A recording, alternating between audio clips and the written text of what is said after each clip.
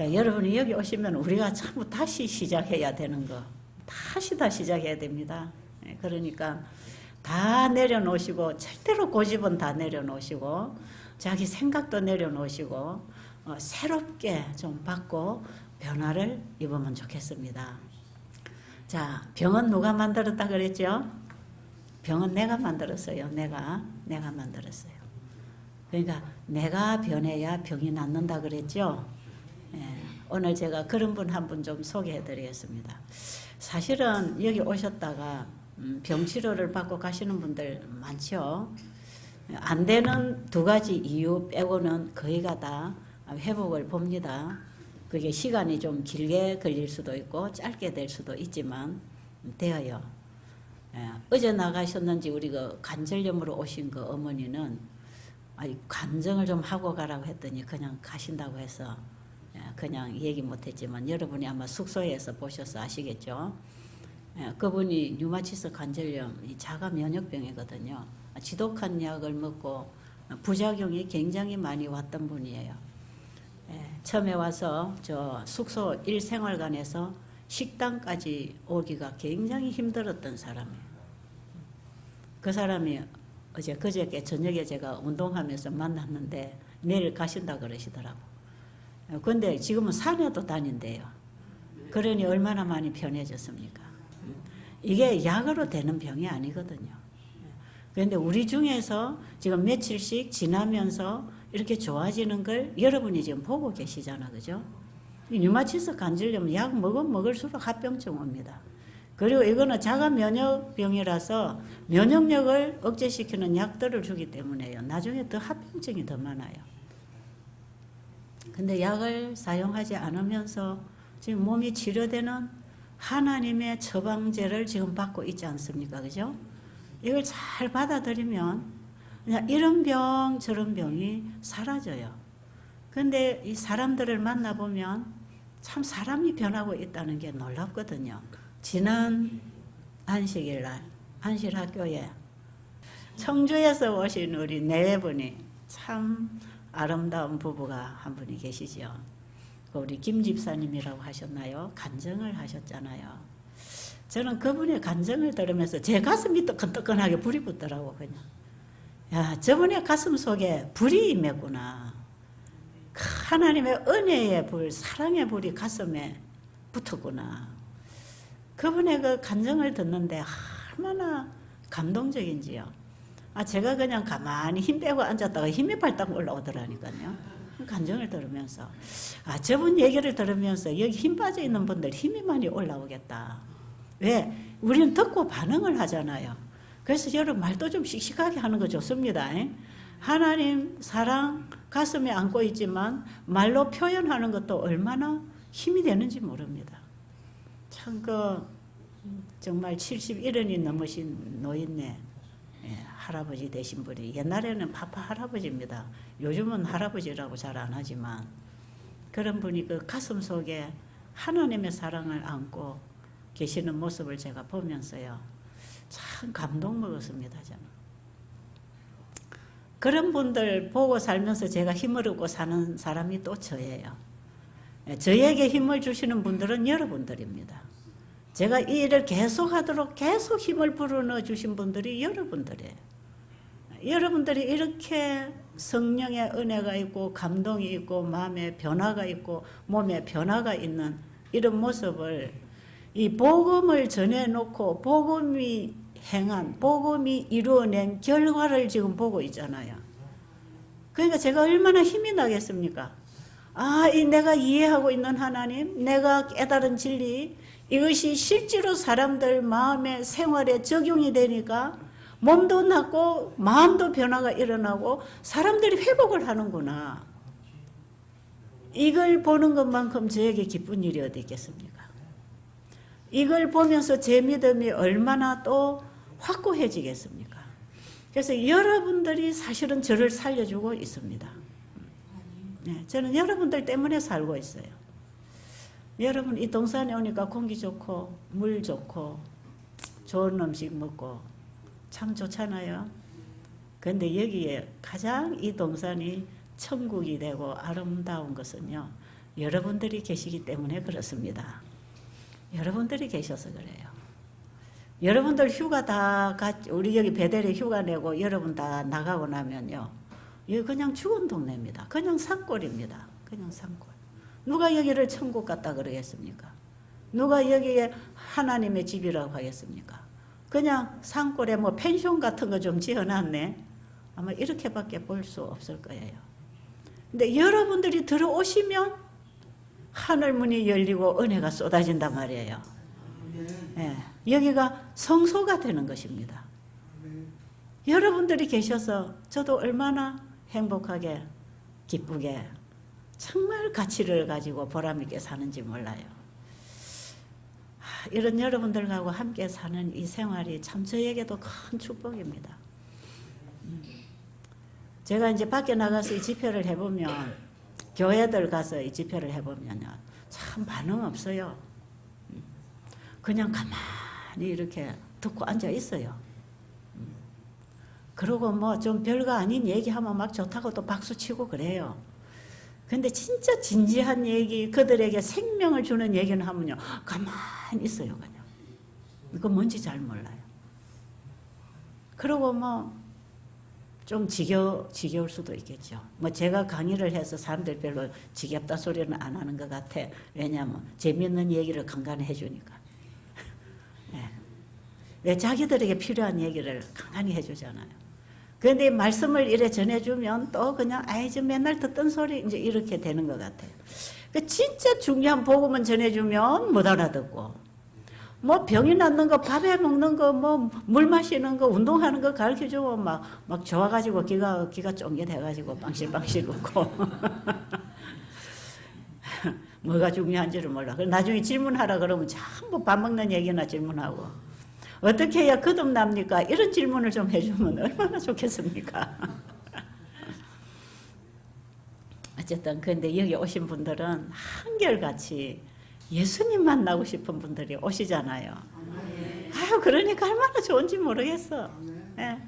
여러분 한 분 한 분은요, 정말 제가 볼 수 있다면 여러분 눈하고 맨날 웃음 인사할 겁니다. 제가 여러분 못 쳐다봐서 그냥 모른 척하고 지나다니지. 정말 여러분이 얼마나 귀하고 사랑스럽고, 참 이런 표현이 안 어울리겠지만 참 사랑스럽고 귀엽고 그렇단 말이에요. 여러분 보고 사는 게 제 힘입니다, 바로. 정말 하루하루 변화되는 여러분의 모습 제가 보면서 참 힘나거든요. 그 중에 참 신나는 분 한 분 만난 얘기 제가 해드릴게요. 몇 년 됐습니다. 이분 상당히 몇 년 됐는데 제가 잊어버릴 수 없는 이분은 제가 자주 얘기를 하지요. 50대에 가까운 분, 40대 후반인지 50대 가까운 남자분이에요. 모태로부터 천주교 신자랍니다. 근데 여기 올 때는 간암, 말기, 복수가 빵빵하게 차고 얼굴이 시커멓게 해가지고 왔습니다. 왔는데 남편이 이 정도로 병이 들면 반드시 아내가 같이 따라 붙습니다. 일 다 접어두고 따라오죠. 남편을 살리는 길이라면 뭐든지 아내가 노력하는 거 아니겠어요? 그런데 여동생이 따라왔어. 제가 이분이 아내가 없던지 못 따라올 이유가 있겠지. 이런 경우에 이제 형제나 이런 분들이 오면 부부 사이에 조금 문제가 있는 거죠. 아내가 없으면 자식이 와도 오는 거 아니겠어요? 그런데 시집간 여동생이 오빠를 데리고 왔어요. 그래 놓고는, 데려다 놓고는 이 여동생은 집에 간다는 겁니다. 그래서 제가 이분은 보호자가 필요한데요 했더니 안 됩니다. 저는요 어린 애가 둘이나 있어요. 지금 시어머니한테 애 맡겨놓고 왔어요. 저 가야 됩니다. 그러면 환자를 같이 모시고 가셔요. 이 정도의 환자는 여기서 보호자 없이는 책임을 질 수가 없습니다. 왜냐하면요, 간암 환자가 얼굴이 시커멓고 복수가 빵빵해요. 그런데 이 복수찬 환자는요, 언제 이 뇌성 혼수가 올지 모릅니다. 자다가도 이 혼수가 오면요, 그냥 죽는 수도 있습니다. 자다가다 이 간경화로 오는 사람은요, 또 피를 토할 수도 있고요. 이런 사람은 보호자가 꼭 필요합니다. 그리고 혼자 스스로 잘 걷지도 못해요. 막 통증이 오고 허리가 아파서 바로 허리를 펴지도 못해요. 그리고 병원에서는 한 달 산다 했답니다. 그럼 여기 환자가 혼자 있다가 갑자기 응급 상황이 생기면 우리가 처리를 다 못한다. 지금은 우리 선교사들도 옆에서 급하면 운전도 해줄 수 있지만 그때는 이런 선교사도 없이 제가 혼자서 우리 식구들하고 기본 봉사자만 데리고 일을 했거든요. 그래서 제가 안 된다. 모시고 가라 그랬어요. 그 나중에 보호자가 올 수 있으면 같이 오라고. 예, 우리가 같이 있을 수가 없다고. 그랬더니 막 처음에는 안 된다고 우기더니 나중에는 어쩔 수 없어. 제가 이제 환자를 데리고 가라 하니까 집으로 전화를 하더니 이제 며칠 있기로 했나 봐요. 그래서 같이 있어요. 그리고 이제 첫날입니다. 첫날인데 이제 예배를 그때는요 이 교회를 짓기 전이에요. 교회 짓기 전인데 천막 교회를 해놓고 예배를 드리는 그런데.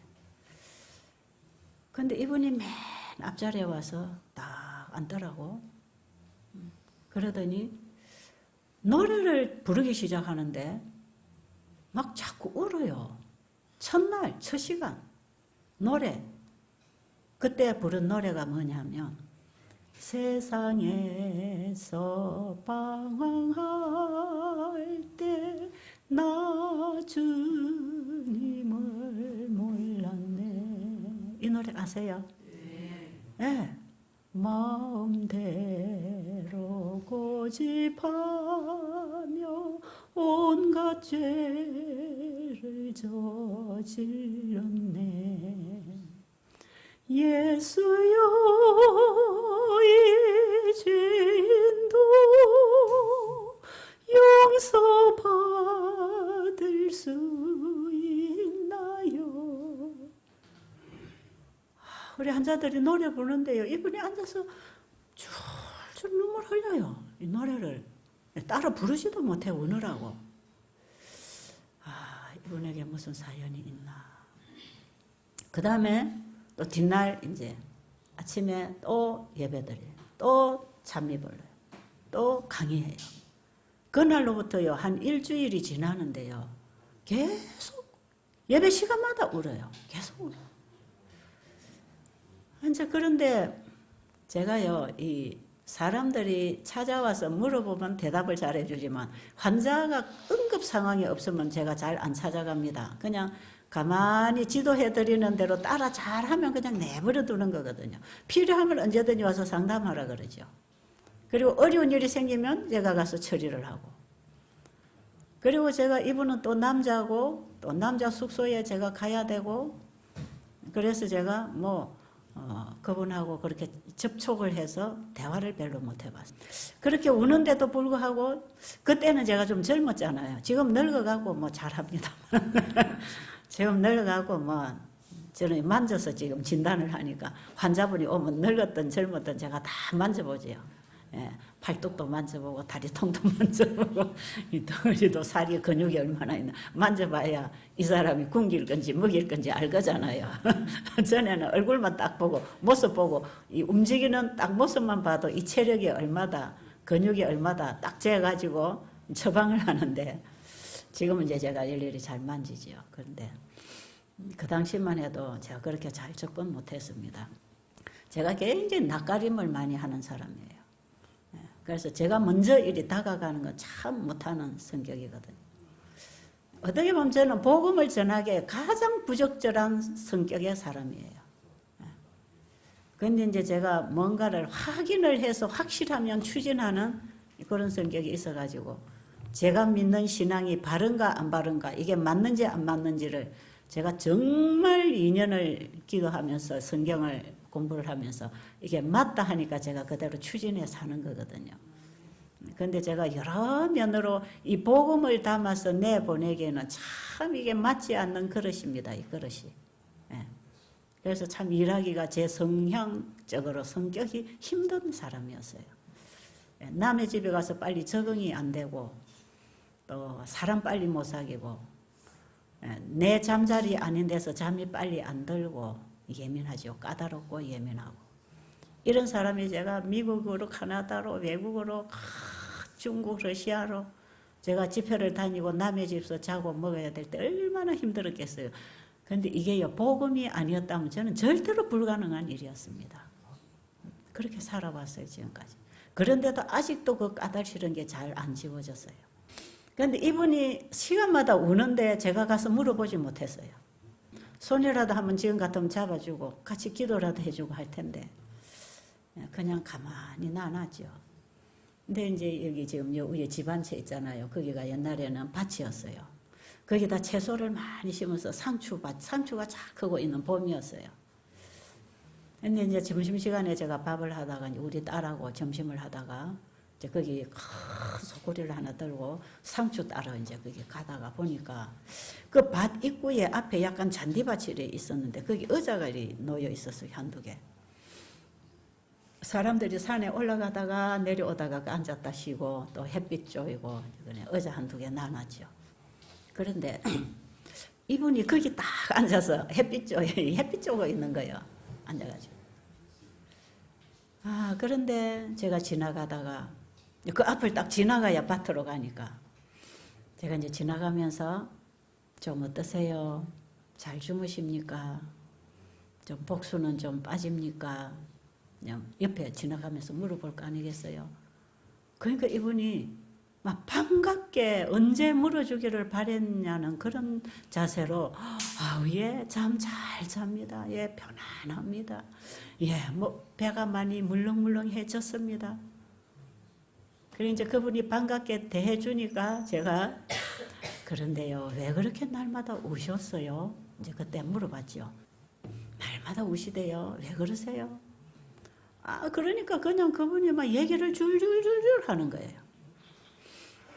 그러니 이제 그 얘기를 제가 이제 듣느라고 1시간도 이상 얘기 들었어요.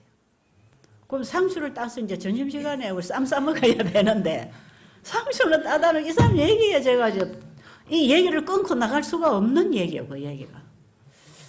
그러니까 이제 밥 차릴 때는 다 돼가는데 엄마가 상추 안 따오니까 우리 딸내미가 보기에서 막 불러요. 엄마, 왜 상추 안 가져오냐고. 그래서 제가 오늘 낮에는 상추 못 땄으니까 상추 먹지 말자. 한우분들한테 미안하죠. 뭔가 대처해야 되는데 갑자기 말이에요. 상추를 안 가져오니까. 이거는 우리 전체 한우분들에게 상추 먹이는 것보다 더 중요한 일이다. 이거는 안 되겠다. 그래가지고 제가 그분 얘기를 다 들었는데 그게 무슨 얘기냐. 이분이 열심히 부부가 활동을 해서 별로 돈도 없는 이런 젊은 부부가 부부간에 열심히 해서 40대에 수십억의 재산으로 자금으로 돌릴 수 있는 사업을 키웠어요. 사업이 많이 컸어요. 그리고 이제 아내는 좋은 집을 지어서 안방 마님으로 이제 부모님하고 모시고 자기는 사업장에서 일을 하고. 이렇게 해서 경제가 잘 돌아가니까 뭐 이제 직원들 두고 거기 이제 뭐 다 이제 격리 두고 이제 이렇게 하면서 이 사람은 시간이 나니까 이제는 자기 인생을 즐기기 시작한 거죠.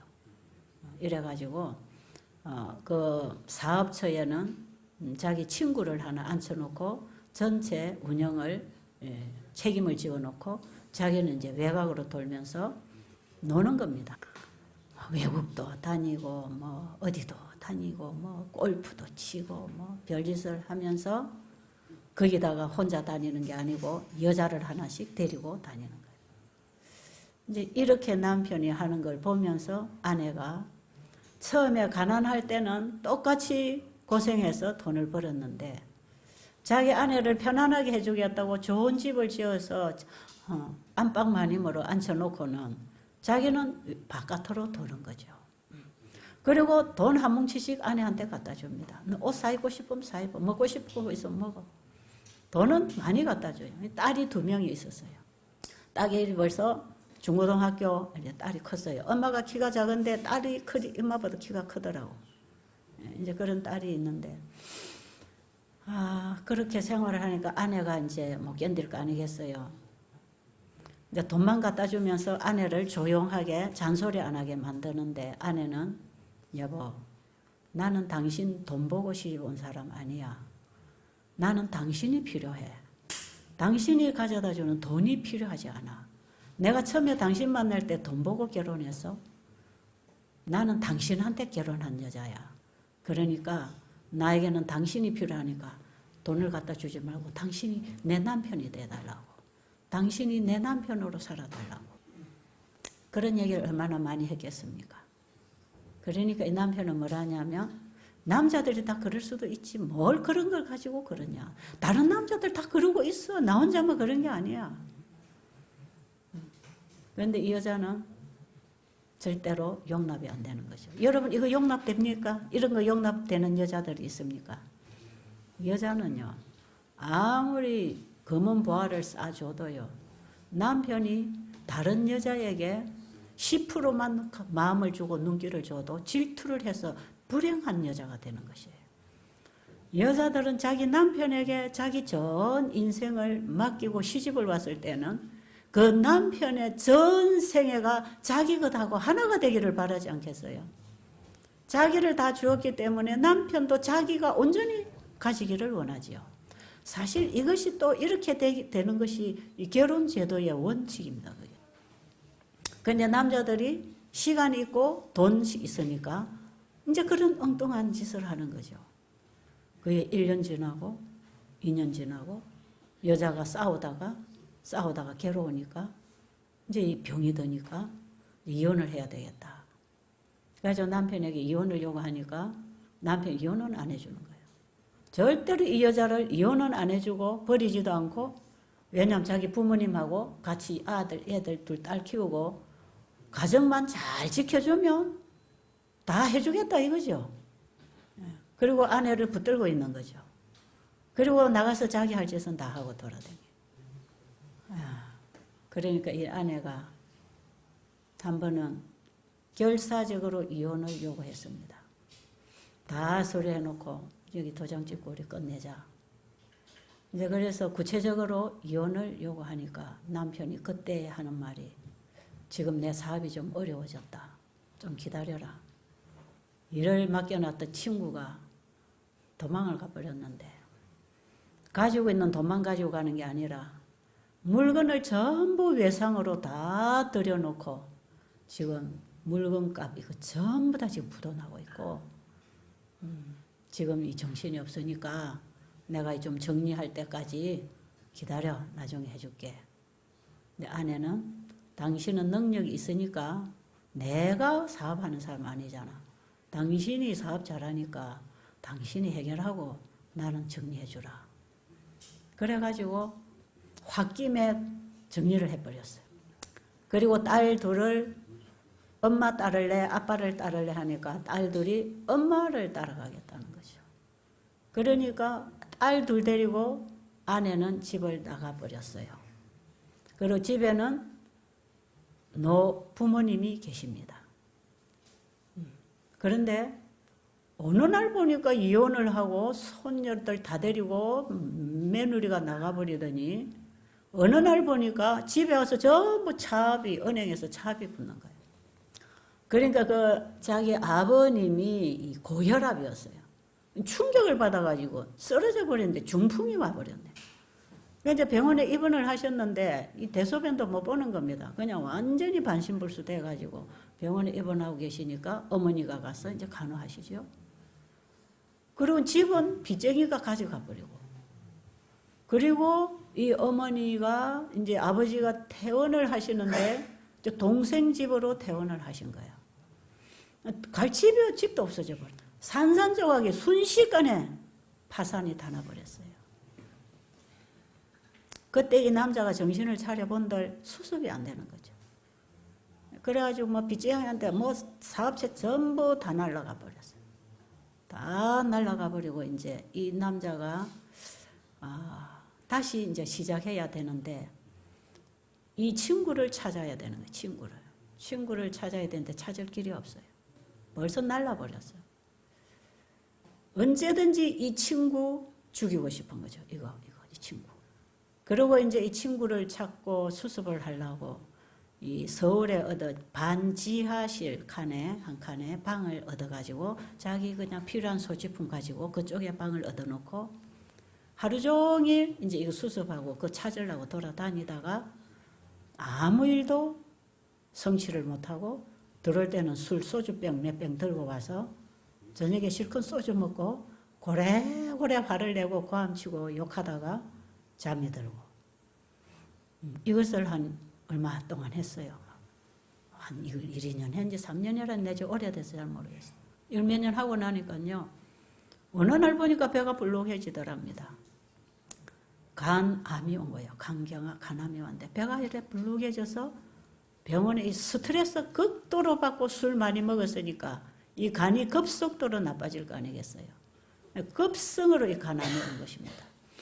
그래가지고 이제 병원에 갔더니 의사가 아무것도 해줄 수가 없고 그냥 집으로 가라 하더래요. 이거는 뭐 해줄 게 없다는 거죠 지금. 그래가지고 막 한 달 정도 살 거라고.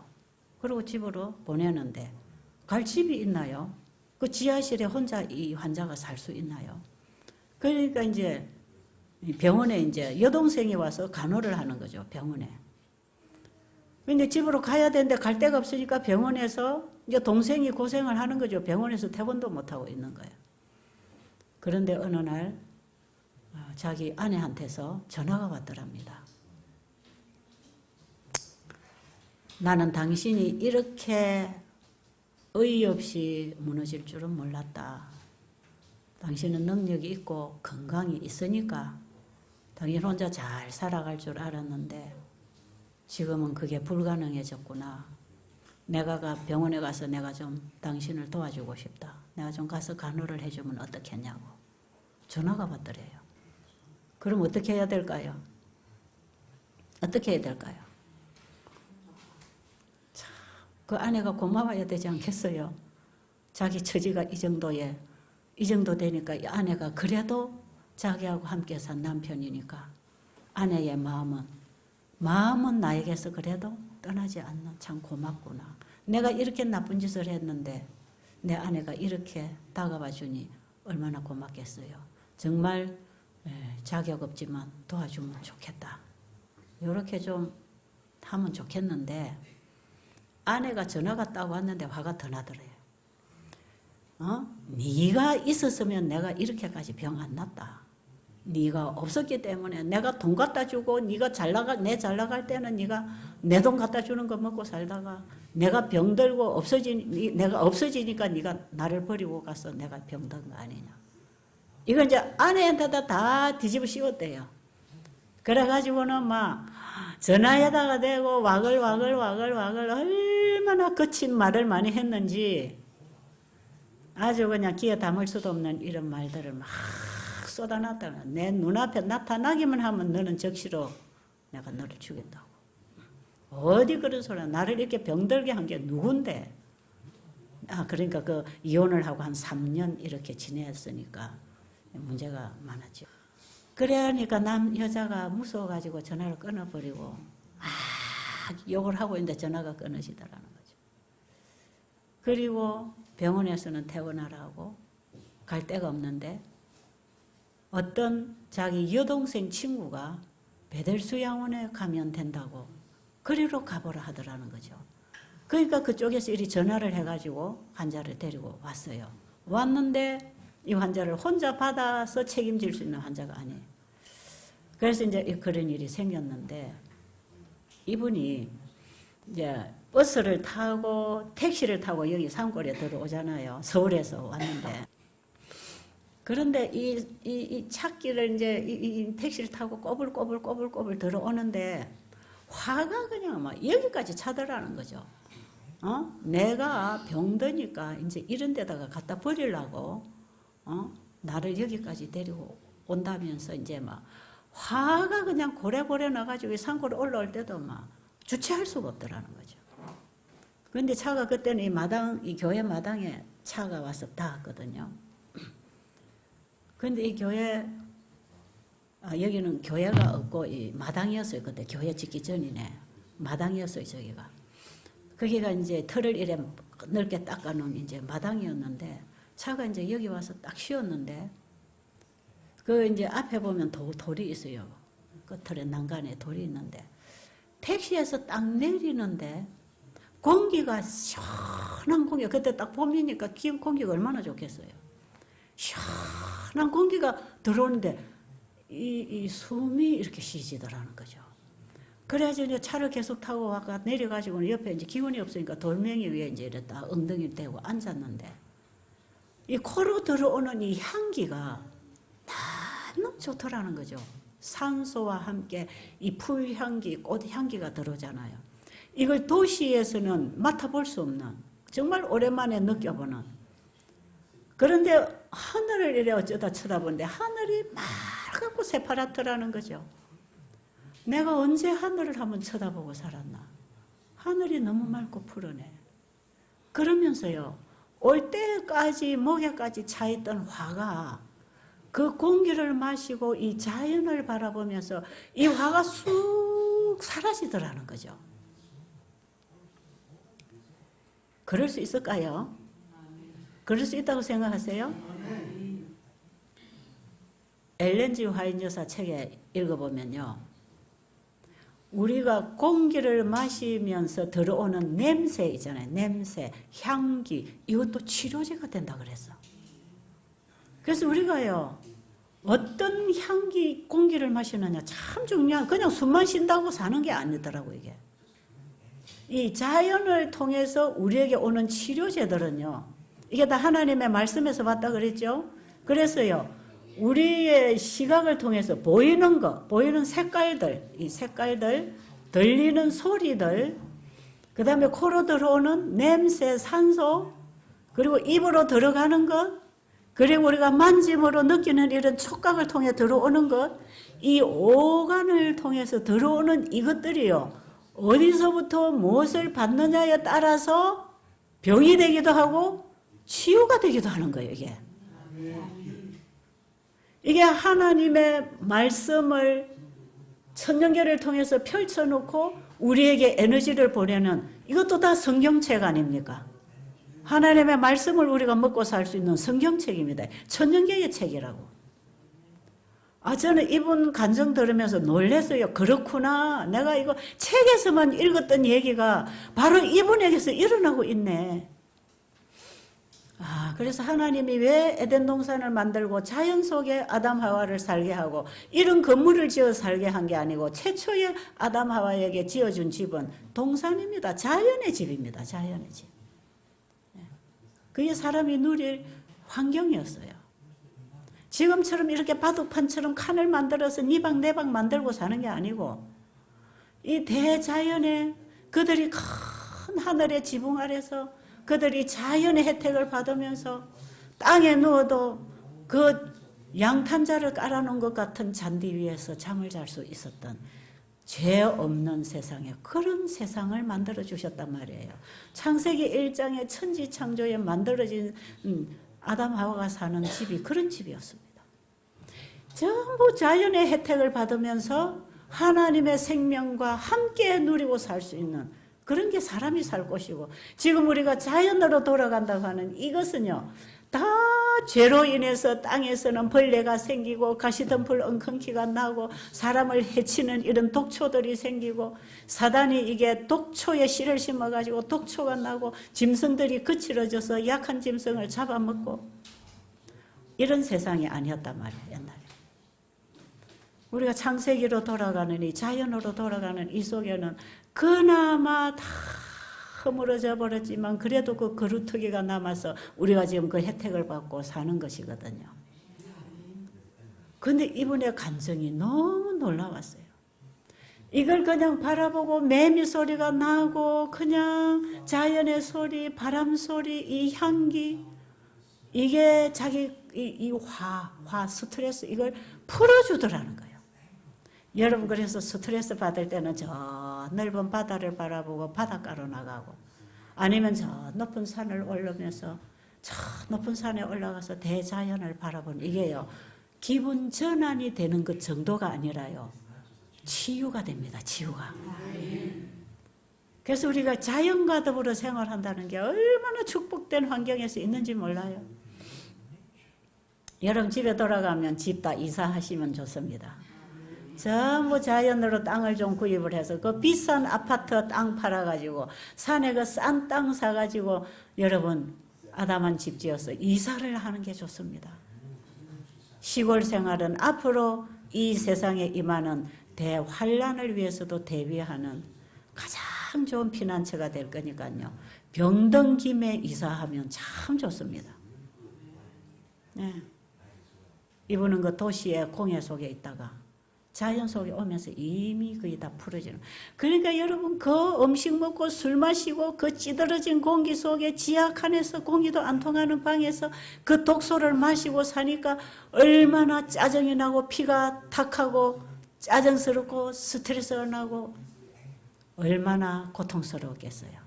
몸이 이 정도로 간이 나빠 독소가 차면요. 뇌도 얼마나 흐리고 힘이 들겠습니까? 그러니까 뭐 짜증만 나고 죽이고 싶고 화가 나고 그게 싹 풀어져요. 싹 풀어져. 여러분 집에서 걱정 근심 한 덩어리 안고 왔다가 여기 와서 수고하고 무거운 짐진 자들아 다 내게로 오라. 내가 너를 쉬게 하리라. 저 글을 읽는 순간에 마음의 짐들이 내려진다 그랬죠.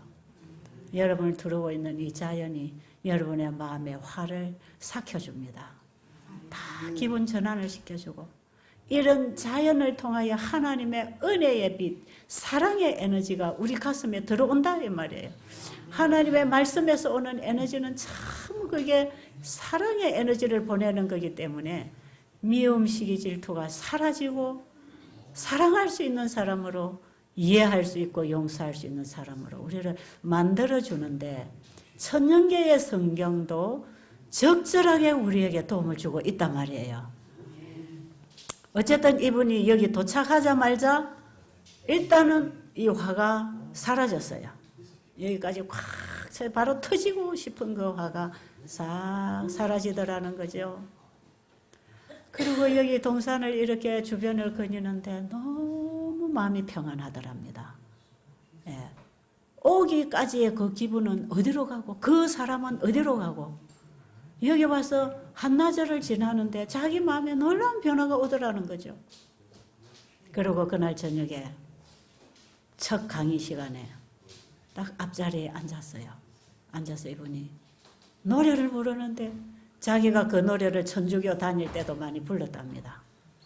그 노래를 많이 불렀고 아는 노래인데 그 가사가 주는 의미가 뭔지를 하나도 모르고 노래만 불렀는데 여기 와서 노래를 부르는데 그 노래의 가사가 전부 자기더라는 거죠. 자기. 하나님이 자기에게 주시는 메시지더랍니다. 자기 가슴에 이게 파고들더라는 거죠. 내가 그동안의 세상에서 방황하고 살았구나. 세상에서 방황하고 살아간 죄인이 바로 나구나. 여러분 그 찬양의 가사가 구구절절히 이 사람의 가슴을 후비면서 회개를 일으켜요. 회개를. 이 사람은 처음부터 그냥 회개를 한 겁니다. 회개를. 그 다음에 강의를 하는데 강의 내용이 전부 자기한테 집중적으로 자기한테 주는 메시지더라는 거죠. 여러분 여기서 여러분 강의 들을 때 그거 다 나에게 했다고 하면 그거 제대로 받은 것입니다. 저 강의를 우리 남편이 들어야 되는데 저 우리 아내가 들어야 되는데 이러면 잘못 듣는 거예요. 저 강의 우리 남편이 제발 좀 듣고 고치면 좋겠다 이러면 잘못 듣는 것입니다. 누가 들어야 된다? 내가 들어야 됩니다. 내게 주시는 말씀으로 내가 들어야 되죠. 교회 가서 목사님 설교 들을 때 저 장로님 저 설교 잘 듣고 있나 이렇게 쳐다보지 말고 내가 들어야 돼. 나하고 싸우고 갈등 있는 저 집사 지금 잘 듣고 있나 이러지 말고 내가 들으면 돼요. 내가 들으면 내가 변합니다. 내가 변하면 내가 편하잖아요. 내가 고쳐지면 병이 낫잖아요. 내 남편 고쳐갖고 내 병이 낫나요? 내가 고쳐져야지. 여러분 이 남자가요 하루하루 토해내는 거예요. 그 눈물과 함께 죄를 다 토해내는 겁니다. 죄를. 자기가 지금 살아온 게 전부 죄라. 그러면서 이 복수가 빠지기 시작하는데 제가 만난 그 시간에 그분 입에서 나오는 말 그게 뭐인지 아세요?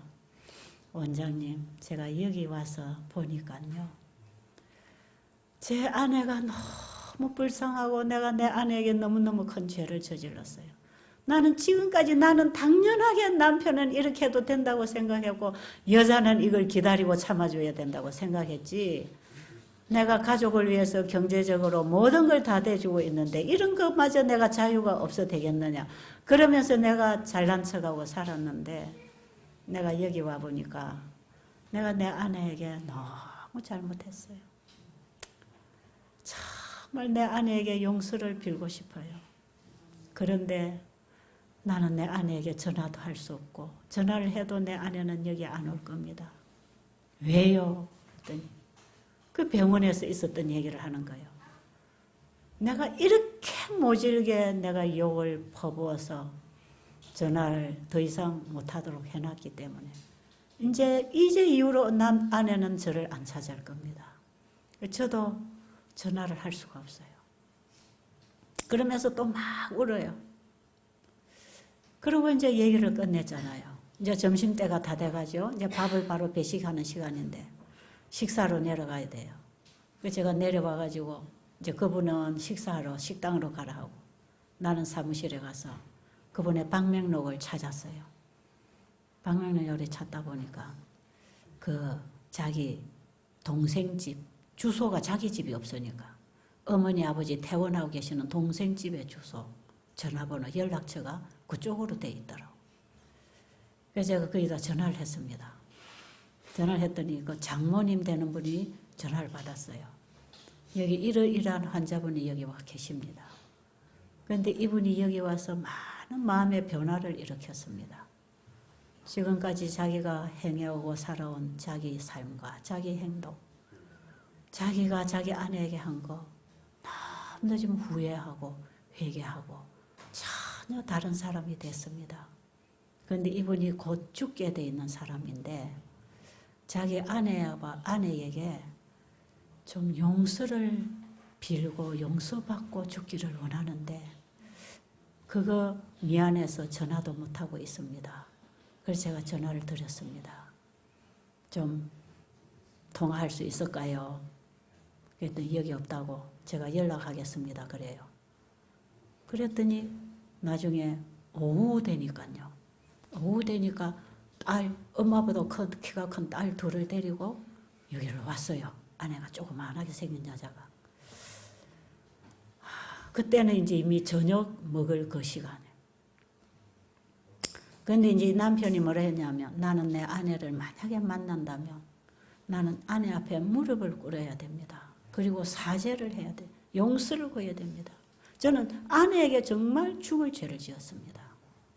그랬거든요. 근데 뭐 저녁 먹는 이런 시간에 아내가 도착했어요. 같이 식사를 하고 뭐 이렇게 같이 얘기하다 보니까 저녁 강의 시간이 됐잖아요.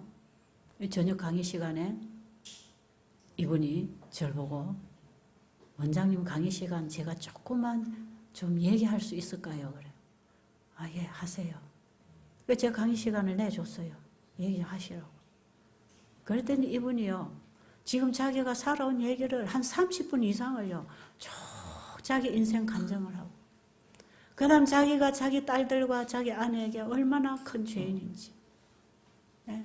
그리고 나는 이렇게 아내를 영원히 못 만나고 이 죄를 짊어지고 죽을 줄 알았는데 오늘 내 아이들과 내 아내가 여기 와줘서 너무 고맙다고 막 울면서 그러면서 이 시간에 내가 용서를 구한다면서 여기서 무릎을 그 강당 앞에서 무릎을 탁 꿇으면서 용서해달라고 막 엎쳐서 우는 거예요. 그러니까 요거 아이들과 아내만 우는 게 아니라 온 우리 한우분들이 다 울었어요. 그때는요 사람들이 한 방에 몇 명이 있었냐면요 지금 여러분 저런 숙소에 한 10명은 들어갑니다. 보통. 예. 머리를 저쪽으로 쫙 놓고 한 5명 누우면요. 이쪽으로 머리 두고 한 5명 누워요. 방을 그렇게 사용했습니다. 그러니까 그때는요. 침대가 뭡니까? 내 자리가 어디 있어요? 그럼 밀고 들어오면 되는 겁니다. 그냥. 그럼 자기 이불 깔고 그만 누우면 그냥 자리 잡는 거죠. 숙소는 작은 데다가 사람들은 밀려드니까요. 지금 이런 건물들이 없을 때 아닙니까? 그러니까 그 허름한 집에 그냥 막 사람들이 바글바글 마루에도 눕고 제 안방에까지 밤에 환자 들어오면 다 들어와야 되고 그냥 거실에도 자야 되고 그렇게 환자들이 들어왔거든요. 그런데도 고칠 곳이 이곳밖에 없었기 때문에 이곳으로 들어오는 거예요, 사람들이. 그래서 사람들이 늘 하는 얘기 그래요. 꼭 초대교회 역사를 보는 것 같다 그랬어요. 얼마나 사람들이 회개를 잘 하는지, 그리고 병도 어떻게 그렇게 잘 낫는지. 지금은 그렇게 신속하게 치료되는 사람 보기 좀 힘들어요. 그리고 그렇게 진지하게 회개하는 사람도 보기 힘들어요. 그런데 그때는 여기저기서 훌쩍훌쩍 울고 회개하고, 남편하고 이혼하겠다고 도망온 여자가 며칠 지나면 남편에게 전화해서 여보 내가 잘못했어 이러고, 시어머니 뵈기 싫어서 도망왔던 며느리가 시어머니한테 편지 쓰고 회개하고, 참 치료도 잘 되고 회개도 많이 일어나서 사람들이 와서 이런 얘기 했어요. 여기는 인간 재생 공장이다. 그런 말을 했어요. 인간 재생 공장이네. 그리고 하나님의 종합병원이네. 그 두 가지 말을 늘 하고 지냈어요. 초창기에 왔던 사람들 그랬어요. 진짜 종합병원이에요. 죄로부터 치료가 되면서 병들이 고쳐지는데요. 인간이 고쳐지니까 병이 고쳐질 거 아닙니까? 회개, 질병의 본질이 죄인데 회개를 하니까 병은 고쳐질 거 아니겠어요? 지금 그런 회개를 하는 사람 제가 참 보기 힘듭니다. 정말 메말라요. 지금 이 분위기는요, 굉장히 메마른 분위기입니다. 저는 그때로 돌아갈 수 없을까 싶어요. 그런데 그때보다 제 가슴은 더 주님과 가까이 가 있고 더 뜨겁고, 이 복음은 그때보다 제가 훨씬 더 조리 있게 잘 가르친다고 생각이 들거든요. 그런데 듣는 사람의 일어나는 반응은 거의 무디입니다. 벽에다가 대고 공 던지는 것 같아. 그런데 간간히 이 진리에 반응하고 일어나는 사람들이 쑥쑥 일어나고, 약간의 반응을 하는 분들이 일어나는 정도로 지금은 보고 있는데, 그 당시는 그렇지 않았어요. 한 20년 전쯤만 해도요, 지금하고 사람이 달라요. 사람이 달라. 이 하나님 말씀은 똑같은 말씀 아닙니까? 그런데 이 말씀을 받는 사람이 다르더란 말이에요. 정말 지금은 다릅니다. 그래서 저는요, 이 은혜의 문이 거의 닫히고 있다고 생각하죠. 왜냐하면 여러분, 이 은혜의 문은요, 하늘에서 먼저 닫는 게 아닙니다. 내가 닫아버리면 그때부터 은혜 문이 닫히는 거예요. 그래서 지구 역사의 하늘에서 마지막 은혜 문 닫는 거, 그게 중요한 게 아니고, 지금 현재 은혜의 때에 내 마음의 문을 내가 은혜를 안 받고 닫아버리는 그게 문제다 이 말이에요. 그런데 대부분 보면 지금 은혜 문들이 닫혀 있어요. 은혜가 없어요. 감동이 없어요. 감격이 없어요. 이런 세상에 이런 메마른 사람들 보다가, 지난 안식일에 우리 그 김 집사님이라는 분이 그 하나님의 은혜가, 그 감동과 은혜가 가슴을 이렇게 빛으로 터져 나오는 걸 보면서, 지금도 저런 분이 있구나. 그래서 당도 정상이고 혈압도 정상이라고. 그 부부가 지금 얼마나 깨고 감동을 먹고 있는지 모르겠네요. 이런 좀 하나님의 은혜에 좀 감격할 줄도 알아야 되지 않겠어요? 자기 생명을 줘서 나를 살려주겠다는데 왜 그 사랑에 반응이 없단 말이에요. 그게 나하고 무슨 상관이야? 그러고 있단 말이에요. 왜요? 내가 죽을 죄인인 줄을 몰라서 그래요. 내 상태를 모르니까. 그 나를 죄로부터 구원해 주시고 나를 살려주신 그분이 고마운 것도 못 느끼고 사는 거예요. 그냥 오늘날 기독교인들 대부분이 그러고 살아요.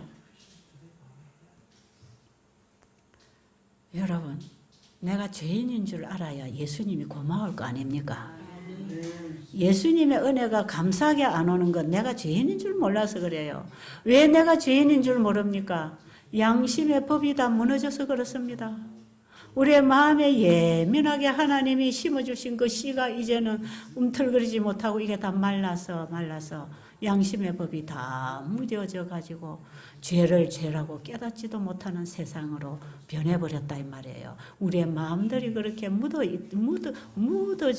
있단 말이에요. 죄를 못 깨닫는 거예요. 뭐가 죄인지를 모르는 거예요. 그러니 어떻게 회개를 하겠습니까? 그러니까 예수님이 감사도 안 하지요. 은혜가 안 되지요. 그런데 여기 와서 낫는 사람들은 딱 달라요. 낫는 사람들, 우리 사람들 딱 보면, 아, 저분은 낫는 사람이다. 예요. 자기를 내려놓고 회개하고, 그 다음에 이 말에 벌써 분위기에 은혜가 나옵니다. 예. 예. 그리고 옆에 분들 배려하고, 봉사하려고 그러고, 베풀려고 그러고, 뭔가를 주고 싶어 하고, 뭔가 마음에서 용서가 일어나고, 뭔가 변해요. 저분은 치료가 되고 있구나. 볼 수 있죠. 왜? 사람이 변하면 몸은 치료되거든. 그래고 이분이요. 그다음부터는 이제 여동생이 가버리고, 딸 둘도 뒷날 자고 가버리고, 아내가 둘이 같이 있었잖아요. 한 2달 넘게 있었어요. 나중에 복수가 딱 빠지고 나니까요. 여기에 간 밑에요. 주먹만한 덩어리가 쑥 붉어지더라고. 이게 얼마나 간 덩어리가 컸는지요. 그래가지고 이게 딱 부러지는데 이분이 또 나와서 간증합니다. 옷을 이렇게 쑥 끄집어 올리고는 여러분 이거 덩어리 이거 다 죄덩어리입니다. 죄덩어리.